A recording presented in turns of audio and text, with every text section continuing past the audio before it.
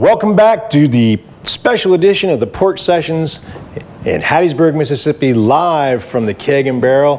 Before we get started here with Mr. Wes Lee, I want to give a huge shout out to John Neal for being just an awesome part of the community here in Hattiesburg, and being a great friend of the Porch Sessions and letting us be inside while it's cold and dreary and almost rainy outside. Thank you, John. We really appreciate you. Wes, that was an awesome tune, man. Thank you very much. I appreciate that so much. You know, we were talking earlier about one of the greatest things about being Southern, you know, and sweet tea and grits, man. I was like, maybe hungry when you said that, man. So, you know, but it's undeniable the influence of sort of the Southernness in your music. And you and I were talking about this sort of the way that being from the South influences your music, and also being from the coast and how different the music. Most people don't realize, you know, there's such a big difference between like Mobile, New Orleans, Baton Rouge, Hattiesburg, and like, you know, I mean, how, since you've sort of traversed that whole entire area musically, even from when you were a kid growing up as like as a trombone player, I mean, like, how has this influenced you? Oh, you know, as you write, you know, we talked about earlier, you try to channel, you know, everything. As a writer, you go through, I don't write, there's no way that I would could write something and someone would go, no, that's not Wes Lee.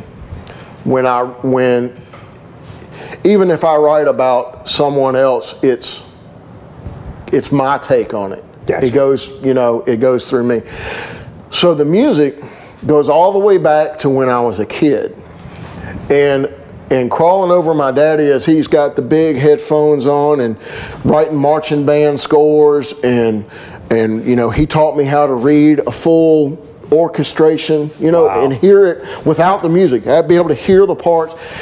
And then you think about, you know, driving down the road and you know, and bad roads, you know, boom, da-doom, boom, get the rhythm of that, right? And then you know, and then like New Orleans has got the street beats and the bucket players. Well, they got this big pot. That's it. Yeah, it's a band, right? And you know, Mobile's got the, you know, it's the Mobile boogie. Right. It's a, you know, Wet Willie made it famous. You know, it's just that little twist. It's just like in Texas they got the shuffle that, you know, in North Mississippi's got the hill country, and then they've got this other more polished thing. What would have been the big city? Jackson's got its style. All these little different niches. Meridian's got the Jimmy Rogers, you know, country blues flavor, and it's still all blues, but it's like it's just these little geographical areas that make it different.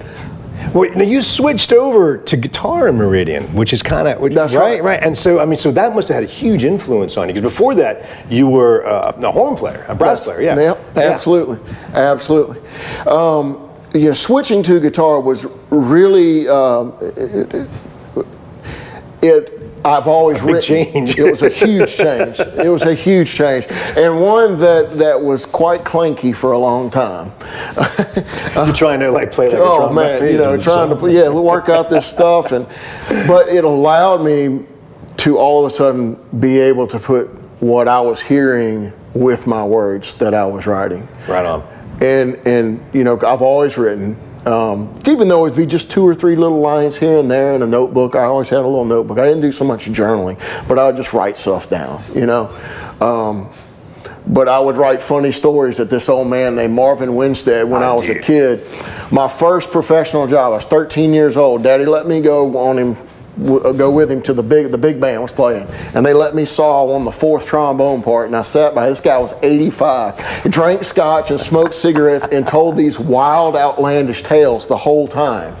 I was just like, man, this is it. I've got to do this. This was a great time, and I've always carried that with me, that the music needs to tell a story. It's you know, you're sharing with someone a piece of your soul, but you're sharing a story. You're sharing a moment when you go and play live, and your performance, and you're capturing these people in, and that's as much Southern hospitality as anything else, because we invite people to our homes. We want you to come and, You know, have some sweet tea and have some grits while you're here. You try them. You might like them, Sam. I am. And when we open the door, we say, "Ain't you a sight for sore eyes?" That's right. That's right. Exactly. So, and that's the name of the next song we're going to hear, right? Sure is. Awesome, man. I look forward to hearing it. So we'll be right back with Wes Lee and A Sight for Sore Eyes.